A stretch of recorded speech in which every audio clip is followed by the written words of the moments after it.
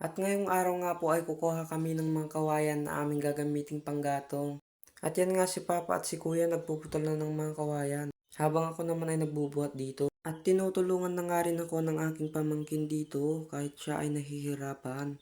At yan nga yung kapitbahay namin, nakita kami kaya tumulong na rin siya. Yun nga si Kuya, tinutulungan ako magbuhat para mas mabilis. At hinatid na nga namin yung kawayan at nauna na si Kuya. At sinundan ko nga siya para may katulong siyang ibaba ang mga kawayan. At nung malapit na nga ako ay nakita ko siyang hinahagis ang mga kawayan sa may bandang taas kasi wala siyang katulong. At pagkarating ko nga dito ay dali-dali akong bumaba sa motor upang tulungan si Kuya. At umakyat na nga ako dito sa may bandang taas upang tulungan si Kuya na iangat ang mga kawayan para mas mabilis kaming bumalik doon. At pagkatapos nga nito ay bumalik agad kami doon sa pinagkukuhanan ng kawayan. At isinakay na nga din namin yung panghuling kawayan at dito nga ay nauna na din sila Papa naglakad.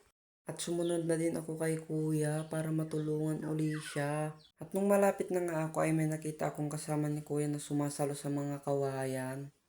At nung nakarating nga ako ay pinatay ko na din agad yung motor. At nakita ko nga din yung dalaw kong pamangkin dito. At si Papa nga pala yung sumasalo sa mga kawayan. At kinagabihan nga ay gumawa kami ng lagayan ng sinambong o sa Ilocano ay patupat. At ayan nga ang aking mga kapatid ay gumagawa ng lagayan ng sinambong. At ito na nga pala yung nagawa naming lagayan ng mga sinambong.